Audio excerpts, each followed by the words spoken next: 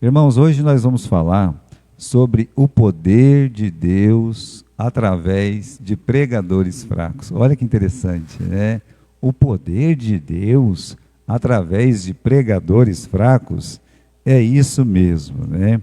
Você vai olhar aqui no versículo 3, dá uma olhadinha aí no versículo 3 que nós lemos, para você entender o que a gente está querendo dizer.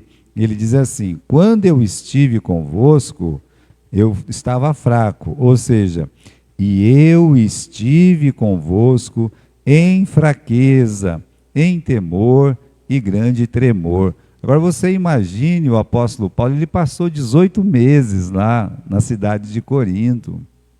É ele que está dizendo aqui, não é o pastor Gilberto não, né? É ele que está falando assim, olha, quando eu estava aí, na verdade, eu estava muito fraco, eu estava, assim, ele está dizendo, eu estava muito fraco, né? Eu estava temeroso, e quando ele fala de tremor, é uma angústia que vinha de dentro para fora. É aquela tristeza que talvez a gente não sabe nem de onde veio, nem para onde vai aquilo ali, mas ele está confessando aqui para os irmãos de Corinto a sua condição, não só espiritual, né, mas a condição física e emocional que ele estava vivendo, quando ele passou aqueles 18 meses em Corinto. Eu lembro os irmãos, olha, uma coisa muito interessante, porque quando ele estava lá em Corinto, o Jesus apareceu para ele. Jesus não aparecia para ele, não apareceu para ele quando ele estava lá em Tessalônica, não apareceu para ele quando ele estava lá, sabe, na Galácia. Quando ele foi lá para Atena, Jesus não apareceu. Em alguns momentos ele estava tão forte, tão forte, tão forte, mas de repente ele está lá em Corinto tão fraco, e Jesus apareceu para ele. E disse assim para ele: Paulo, não temas, eu estou aqui, Paulo, né? Olha, isso eu estou contigo, tá? Eu tenho muitas pessoas nesta cidade, Paulo. Você não pode, é como se Jesus estivesse dizendo: não desista, meu filho. Eu sei que você está aí fraquinho, que você está temeroso, que você está tremendo, mas não desista, Paulo. É isso que Jesus foi fazer lá, abrindo os olhos dele, dizendo: olha, eu tenho muitas pessoas nessa cidade. A verdade é, meus irmãos, que eles acham assim, que o pastor não tem problema. O pastor tem mais problema, às vezes, que outra pessoa. E às vezes ele vai se sentir pior do que o Paulo, nessa condição de Paulo, ele vai se sentir assim, fraco, vai olhar de um lado, vai olhar do outro, vai ver que não vai ter muita ajuda. Não é porque as pessoas não querem ajudar, é porque o momento ali está desacelerado, né? Então ele vai se sentir fraco, temendo por alguma coisa, tremendo ali por tem que fazer alguma coisa, não tem aquela certeza se vai fazer, se não vai fazer. Aí Jesus vem com essas palavras, né? Olha, você fique firme, né? Você não desista. Está aqui a nossa missionária Mariazinha hoje, né? E talvez sentiu essa mesma coisa que Paulo ele estava sentindo. Por isso, na nossa pequena mensagem hoje, nós vamos falar sobre o poder de Deus através de pregadores fracos, como Paulo, ou como o pastor Gilberto, como muitos outros. Aqui, Deus, ele pode trabalhar muito com pastores fracos. Irmãos, não é difícil ser um sucesso, né? Não é difícil. Nos Estados Unidos, alguns anos atrás, surgiu uma nova empresa. E a nova empresa é o seguinte: ela dá até público para você. Você não precisa ter público nenhum. Você não precisa ser conhecido, você pode ser um João Ninguém, sabe? Você pode ser aquela pessoa, olha, que não, talvez está lá enclausurado, cavernoso, né? Mas se você contratar aquela empresa, você vai ser celebridade por um dia. Você vai ter uma pessoa para te assessorar, para te levar lá para frente, sabe? Para poder, eu não vou falar para quem? Não se preocupa, que nós já cuidamos disso. As pessoas vão estar lá, em multidões, sorrindo, né? E depois falando que você é um sucesso. Já pensou que tem isso, né? Eu nem sabia que tinha uma coisa dessa, né?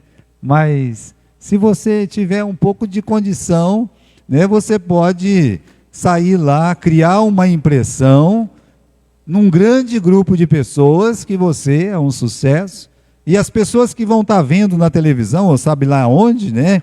Pode ser na internet hoje, vai dizer, olha, o camarada é bom mesmo, hein? O camarada é um sucesso. Não é difícil, meus irmãos, uma pessoa se transformar num astro. Basta acontecer alguma coisa com você e você postar na internet, basta você cantar uma música mal cantada e todo mundo dar uma risada, você já vai ser um astro. Isso não é uma coisa nova. Olha, isso é antigo, né? Essa tática que a gente encontra no livro de Juízes com Abimeleque. Olha, o Abimeleque, ele alugou alguns homens ociosos e levianos. As pessoas não trabalhavam, não tinham nada para fazer, eram umas pessoas sem futuro, aquelas desqualificadas. Ele chegou lá, percebeu que aquelas pessoas estavam lá vadiando por meio da rua, por meio das praças, e disse, ei, eu vou dar um dinheiro para vocês me seguirem e dizer que eu sou o cara. E ele conseguiu. Ele se tornou lá um rei de Araque, foi o primeiro rei de Araque de Israel. Mas como é que ele conseguiu ser o primeiro rei de Araque de Israel? Ele foi lá, jogou umas moedas no chão e disse, vocês podiam falar que eu sou o cara, né? Então isso aí não é uma novidade, não é uma novidade da internet, isso existe. O Absalão fez a mesma coisa. A palavra de Deus diz que o Absalão, né, ele contratou 200 homens, e esses 200 homens, olha que curioso, a palavra de Deus diz que eles nem estavam sabendo, vocês vão me seguir na hora certa, vocês dão um grito aí, mas na hora eu falo, vocês só têm que me seguir. E a palavra de Deus diz que eles estavam seguindo Absalão, e alguém perguntava, ei, por que vocês estão nessa turba aí? Sei lá, pai, pagou a gente está aqui atrás, né? A gente está indo aí. E de repente chegaram lá em Hebrom e houve um grito. Qual o grito? Absalão reina. Aí, para falar só isso? Então todo mundo começou a gritar, Absalão reina. O Absalão contratou corneteiro no país inteiro para tocar trombeta naquela hora e gritar do mesmo jeito, olha, Absalão reina. E não é que Absalão reinou? Queridos irmãos, ser uma celebridade parece que não é tão difícil. Não é tão difícil. O mundo evangélico tem apelado para esse sucesso neste mundo, né? Se promover a qualquer custo. Igrejas, ministérios, pastores, né? Parece que eles ficam fazendo de tudo para ter sucesso e ficam se medindo lá, sabe? Se medindo em curtidas, se medindo em, sabe, em coisas que o mundo tem interesse. E de fato, meus irmãos, alguns têm sido bem-sucedidos. Quem são? O que realmente eles já fizeram? Pensa bem, né? De repente uma pessoa, ele faz sucesso, ele quer ensinar, né? Ele nunca pastoreou na vida, e ele vai lá, ele fica querendo ensinar as pessoas como cuidar de ovelha. Lê uma coisa ou outra, tá, né? A gente tem que aguentar isso. Como alguém que nunca teve um filho pode olhar e dizer assim, vou dar um curso para vocês de como criar filho. Como é que uma pessoa pode fazer isso? Ele não pode fazer isso. Porque ele não sabe o que é um filho, não sabe o trabalho que dá um filho. E um filho dá mais trabalho que dois dá mais trabalho que três. Pode acreditar nisso, né? Então, como alguém que nunca foi no campo missionário e começou novas igrejas, vai ensinar as pessoas a abrir novas igrejas?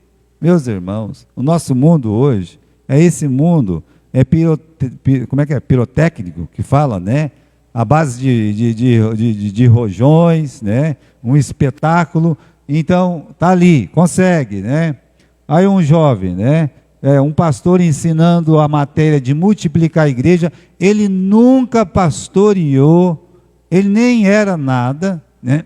E veio me chamar para participar de um curso de multiplicação de igreja que ele estava. Eu falei, mas qual igreja que ele abriu, que começou? Mas eu não falei isso para ele, digo, não, eu não tenho tempo para isso, não vou perder meu tempo com isso não. Não, mas é um curso muito bom que eu estou dando. Podia perguntar para ele: meu amigo, qual igreja que você pastoreou? Me diga uma coisa, qual igreja que você começou? Vá lá, me diga. Mas essas pessoas acabam fazendo um sucesso, meus irmãos, que a gente é quase que inexplicável, né? O sucesso que uma pessoa faz, porque, sei lá, né?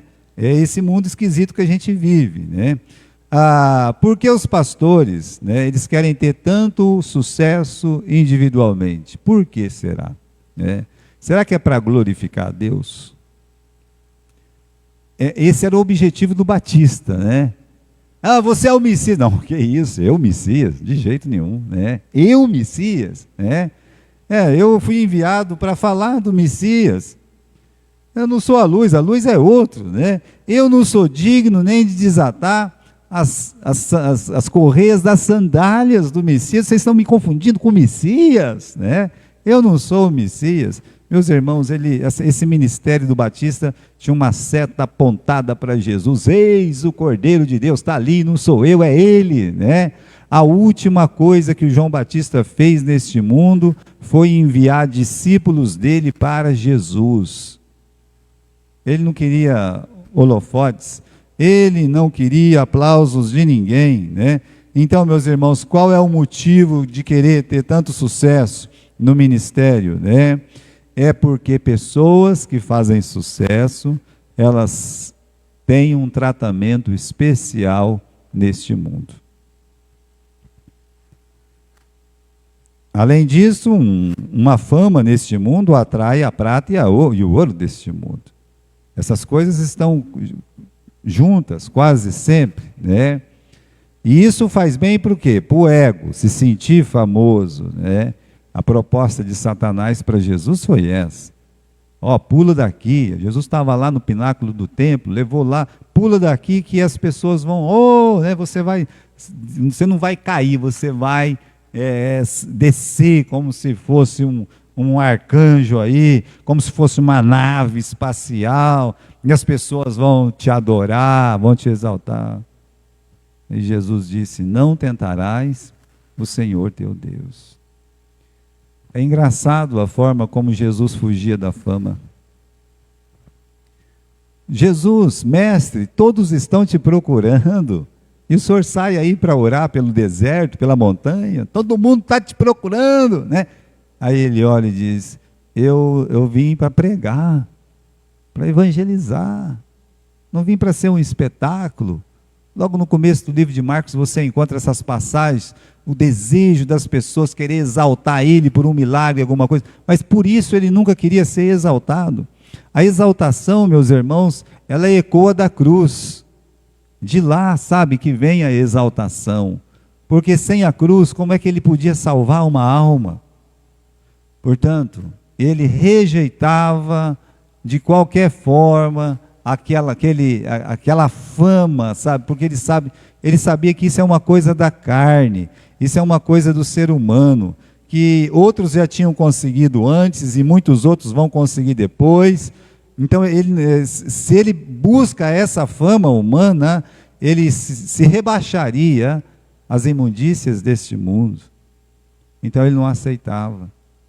Lembra da nossa passagem ontem, quando ele entrou lá em Tiro e Sidom, ele entrou numa casa lá, e a palavra de Deus diz que ele disse: olha lá, eu não quero que ninguém fique sabendo que eu estou aqui dentro dessa casa. Veja só, eu não quero que ninguém fique sabendo. Então, irmãos, é porque ele sabia o mal que isso faz para o ser humano, e nós somos imitadores de Jesus. Então vamos querer ser famosos então, porque Jesus foi famoso? Veja só, ele nunca quis ser o famoso nesse mundo. Ele quer entrar dentro do coração de cada um de nós. Já entrou em muitos aqui. O que Jesus pensava desse sucesso? O que Paulo pensava desse sucesso, né? Como a gente viu, meus irmãos, de Jesus, ele condenava. Ele não confiava naquele coração que se apega ao sucesso do mundo. E mais, ele via que os fariseus, os escribas, tinham grande gosto de se aparecer.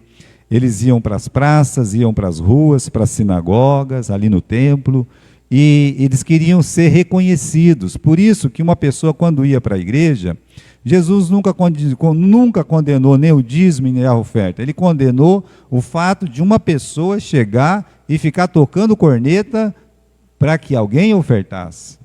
Mas acontecia isso, acontece até hoje. Como não acontece? Acontece, né? Jesus disse, olha, condenou, criticou os fariseus, fazia obra para inglês ver, né? É um costume antigo aqui no Brasil, fazer as coisas para inglês ver. Então o pessoal vinha da Inglaterra, naquele tempo das ferrovias, as ferrovias eram praticamente todas inglesas, né? Inclusive o príncipe de Gales passou na cidade que eu nasci, Cornélio Procópio, e uma rua lá tinha o nome Príncipe de Gales, mudaram já, mas era a rua lá. Até hoje alguém fala, o príncipe passou por aqui, né? Então, quando o príncipe passava por ali, eles colocavam umas pessoas bonitas, bem vestidas, dava uma lustrada no trem, arrumava tudo bonitinho, aí ele vinha naquele trem, passava, olha que cidade linda, fazia uma coisa, como se chama isso aqui? Isso aqui se chama Cornélio Procópio, que legal, aí, para inglês ver. O inglês foi embora? Foi, gente, acabou a festa, hein? É. Então, Jesus sempre condenou isso. Criticou os fariseus, ai de vós, escribas, fariseus, vocês amam os primeiros lugares, as primeiras cadeiras nas sinagogas, vocês amam as saudações nas praças, vocês amam ser chamado de rabi, vocês amam ser chamado de rabi. Em Uraí, estava lá em Uraí, e passou uma menininha na bicicleta, assim, sabe aquelas crianças que estavam bonitinhas, né, na bicicleta, né? Olhou para o pastor João e disse, oi, pastor João, né? E saiu andando com a bicicletinha, sabe? Aquela graça, né? O pastor, ele olhou e disse, quem dera um dia eu ser o pastor dela, né? Quem dera, porque ela me chama de pastor, mas eu não sou o pastor dela, não é verdade? Então, a compreensão, meus irmãos, a compreensão da nossa posição, do nosso ofício, da missão que a gente tem, é muito diferente dessa concepção que o mundo apresenta. A gente conversa às vezes, né, dessa questão acadêmica, olha, antigamente tinha um bacharel, depois é um doutorado, depois agora é um pós-doutorado, é o doutorado, né, pegando, né, eles sempre vão aumentando, não é assim? Né, para um ficar melhor que o outro. Mas no ministério também. É um pastor, agora é o bispo, agora é o arcebispo, agora é eu sou, como é que eles chamam? Sou o patriarca. Então eles vão inventando as coisas para cada vez estar sobre os outros. Isso é muito triste, isso é horrível no nosso meio. Então, Jesus condenou. Paulo também, meus irmãos. Paulo, quando ele estava lá, e estava em Listra, tentaram levar lá uma adoração que ele não aceitou. Ele disse, nós somos homens como vós, sujeitos às mesmas paixões. Eu não sou melhor do que ninguém aqui, eu sou um pregador da palavra de Deus. Eu estou pregando Deus vivo e verdadeiro. O dilema de Paulo com os coríntios, vamos lá, né? Vamos lá. Vamos aqui no capítulo 1 para a gente relembrar uma coisa. Versículo 12. Quero dizer com isso que cada um de vós diz, eu sou de Paulo, eu de Apolo, eu de Cefas e eu de Cristo. Veja só, o dilema que Paulo vivia com os coríntios é que ele era um dos queridinhos da igreja. Tinha 4 partidos. Partido do Paulo, do Apolo, do Cefas e de Cristo. Então ele estava lá, ele tinha adeptos lá, né? Ele era um dos queridinhos da igreja. Eu sou de Paulo. Pode ser que o grupo dele até fosse maior, né? Agora, o Paulo era uma celebridade, meus irmãos? Será que era? No sentido pejorativo, nós temos certeza que ele era.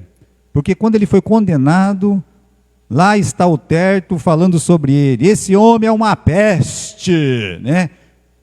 Assim, está infectando o mundo inteiro. Então, de uma forma ruim, ele acabou sendo uma celebridade no mundo judaico. Ele era a grande peste.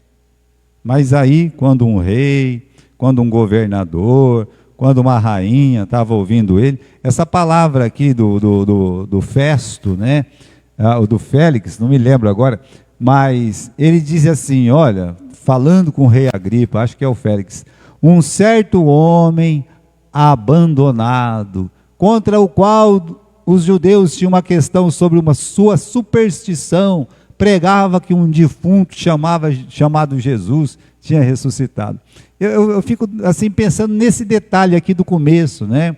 Quando ele identifica Paulo como um certo homem abandonado. Como é que um certo homem abandonado pode ser uma celebridade, uma pessoa famosa lá no mundo dele? Você sabe que essa é a melhor definição de Paulo a partir do momento que ele foi preso, a ponto dele próprio dizer depois que quando ele estava no tribunal, todos me abandonaram. Ele diz, mas isso aqui, meus irmãos, é um governador falando com o rei. Ei, tem um caso aqui, rapaz, está esquisito. Eu tenho que escrever um negócio sobre ele, não sei nem o que eu escrevo. Eu vou chamar ele aqui, ele fala com você, aí você vê se tem alguma coisa que dá para escrever. Como é que eu vou mandar ele para César se eu não sei nem o que escrever sobre ele, né? Então, falando, um certo homem abandonado, tem uma superstição aí, ele fica inventando aí, falando que tem um defunto que ressuscitou, um tal de Jesus. Então, veja, irmãos, ele não era uma celebridade. Ele era um queridinho da igreja, ele não era uma celebridade, tá? E o que Paulo vai falar para os corintianos fanáticos? O que o Paulo vai falar para esses corintianos fanáticos? Esses 5 versículos resumem. Ele está falando aqui, olha, quando eu fui ter convosco, eu só quis saber de falar de Jesus Cristo e esse crucificado, porque eu estava aí, eu estava fraco, eu estava temeroso, eu estava em tremor, né? É isso que ele vai falar. Agora, vamos falar uma verdade, né? Uma decepção, né? É uma decepção muito grande. Então, vamos ali, capítulo 2, versículo 1. Eu, irmãos, quando eu fui ter convosco, anunciando-vos o testemunho de Deus, eu não fui com sublimidade de palavras ou de sabedoria, porque nada propus saber entre vós, senão a Jesus Cristo e esse ressuscitado. Lá está o Paulo insistindo no mesmo assunto, Cristo crucificado. Ele já tinha falado isso no capítulo 1, agora ele está insistindo de novo, nada me propus saber entre vós, a não ser Cristo crucificado, né? Por que essa insistência? É por causa do poder que tem nessa mensagem. Não existe uma mensagem mais poderosa do que essa, mais duradoura do que essa, mais transformadora do que essa. Não existe uma mensagem que transforma um coração, que transforma uma vida, que muda uma família, que toca profundamente, destrói o ego, destrói qualquer coisa, o orgulho, a soberba, destrói o pecado, destrói a maldade, destrói a mágoa, destrói o ressentimento, destrói tudo que não seja a mensagem da cruz. Quando você entende a mensagem da cruz. Por isso Paulo está dizendo, essa é a mensagem. Essa é a mensagem. Cristo na cruz era o centro da pregação de Paulo, né? Irmãos, muito do que se prega hoje não é evangelho, não é, nas igrejas não é. A pessoa tem um púlpito, tem uma Bíblia, tem um discurso bonito, tem um assunto atualizado, nada disso é pregação evangélica. Isso não é pregação evangélica. Se não tem cruz, não tem pregação evangélica. Então, meus irmãos, se não tem cruz, tá? Na nossa pregação, a gente não vê o nosso Salvador, né? Não vemos o nosso pecado, porque a gente não vê quem nós somos. Então, não existe evangelho sem mensagem da cruz. Hoje as pessoas falam diferente, falam bonito, né? E tocam o quê? Tocam o ego, o emocional das pessoas, mas não transforma, não muda, não abate, não humilha, porque as mensagens de hoje não é para humilhar ninguém, para a pessoa se sentir mal, não, mas o evangelho faz a pessoa se sentir mal, O evangelho verdadeiro faz a pessoa doer, sabe, assim, o coração. Eu sou um pecador, Senhor, afasta-te de mim porque eu sou um pecador. E Cristo não quer se afastar, Ele quer ficar perto. A verdadeira mensagem da cruz é essa. A pregação, meus irmãos, de Paulo se concentrava na pessoa certa. Olha o versículo 2. Decidi não saber nada entre vós, exceto Jesus Cristo e este crucificado. A mensagem de Paulo não se concentrava em Paulo, se concentrava em Jesus. Ai dele, meus irmãos, se concentrasse nele e não na pessoa do Senhor Jesus Cristo. Imagine uma mensagem que se concentra no pregador, na persuasão do pregador, do que daquela mensagem cruenta, né? Sanguinolenta que vem lá da cruz. Quem que recebe a glória? Quem que recebe o aplauso? Quem que é ovacionado? As pessoas iam aplaudir Paulo, né? Fizeram isso com Herodes. Iam ficar na igreja por causa de Paulo e não por causa de Jesus. Quando Herodes estava falando, é um Deus que está falando. Então, meus irmãos, Paulo diz, a minha mensagem não se concentrou em mim, se concentrou em Cristo. A pregação verdadeira flui do poder certo, né? Há poderes estranhos em alguns pregadores, a persuasão, o convencimento, né? Então, eu acredito mesmo que alguns pregadores, eles têm esse poder de persuasão e convencimento, né? Seja pela voz, a intuação da voz, né? Às vezes a pessoa tem aquela mágica dentro dela de fazer uma pessoa rir, se impressionar. É um dom natural que ele tem de fazer isso. Então ele tem que aproveitar esse dom natural e buscar na cruz de Cristo a grande palavra, a grande mensagem. Mas se ele se ocupa nesse seu poder oratório, então ele vai ter sucesso neste mundo, você pode acreditar. Mas não, meus irmãos, como Deus gostaria. Paulo diz que a sua pregação fluía do Espírito Santo. Vamos dar uma olhadinha aqui no versículo 4, né? A minha palavra e a minha pregação não consistiram em palavras persuasivas de sabedoria humana, mas em demonstração do Espírito e de poder. É como se ele estivesse dizendo assim, e quando eu pregava, o poder fluía do Espírito Santo. É ali a fonte do poder da mensagem. Como, meus irmãos, Jesus Cristo ensina, né? Eu queria até que você abrisse aqui em Lucas capítulo 12, versículo 11. Vamos lá comigo? Lucas capítulo 12 e versículo 11 e 12. Quando vos conduzirem às sinagogas, aos magistrados e autoridades, não estejais assustados ou ansiosos de como ou de que haveis de responder, nem do que haveis de dizer. Sabe por quê? Porque na mesma hora, quem que vai ensinar? Vos ensinará quem? O Espírito Santo vai poder falar para vocês, vai falar por vocês. O Espírito Santo fala. Então Paulo está dizendo, da onde fluía o poder da minha pregação? É porque eu era um bom orador? Ah, eu não era bom orador. 2 Coríntios capítulo 10, versículo 10. Você acha mesmo que o apóstolo Paulo era um bom orador, assim, né?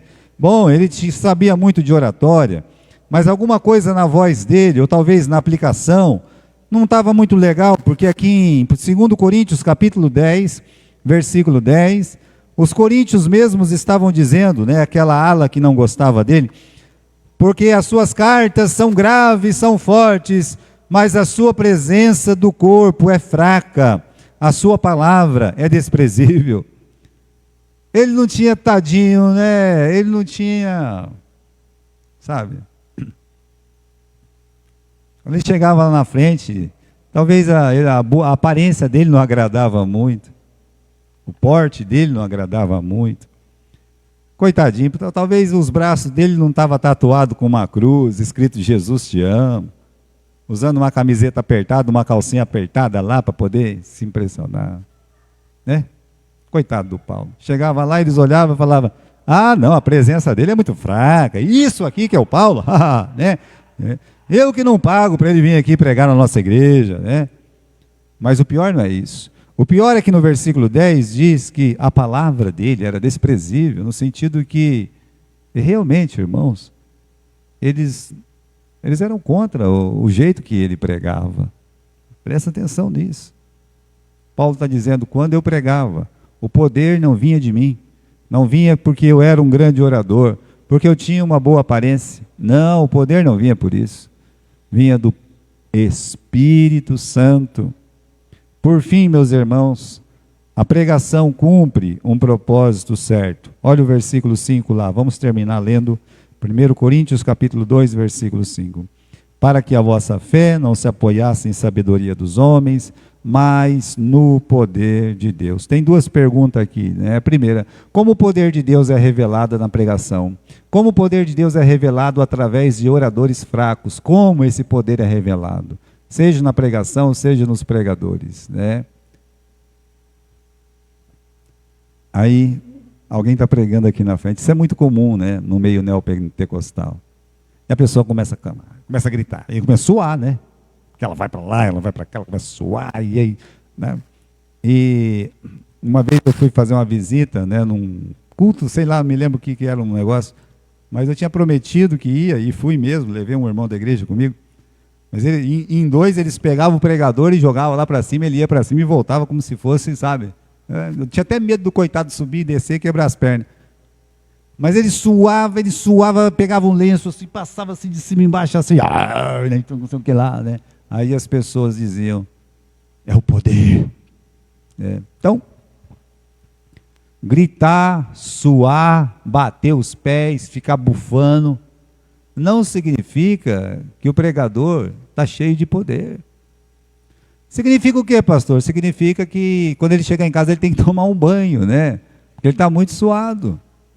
Que talvez se ele não se mexesse tanto lá na frente, ele não ficaria tão suado.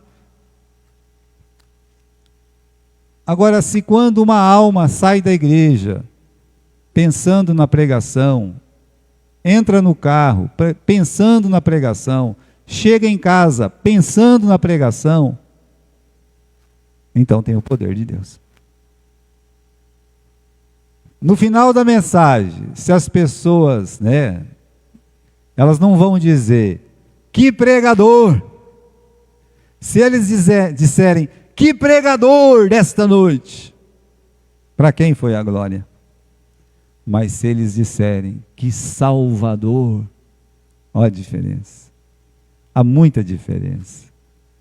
A pregação do Evangelho é o que acontece quando o Espírito de Deus pega a palavra de Deus, pregada pelo homem de Deus, e muda o povo de Deus. A palavra de poder é aquela que muda o coração, muda a disposição antes pecadora, para renovar nela um espírito de santidade. É isso. Isso é uma palavra de poder. É uma palavra que muda os corações. Eu quero terminar lendo essa frase, né? A pregação não é eficaz porque leva as pessoas a chorar, a rir ou mesmo a gritar: amém! A pregação é eficaz quando Deus trabalha através dela para mudar o coração daqueles que a ouvem. Aí é uma pregação eficaz. Bem, irmãos, semana que vem nós vamos continuar o capítulo 2, né? Vamos estudando pouco a pouco. Eu disse para vocês, é um livro pesado, é um pesado para vocês, é pesado para mim, né? Em algum ponto esses livros vai nos atacar duramente, mas louvado seja Deus por isso.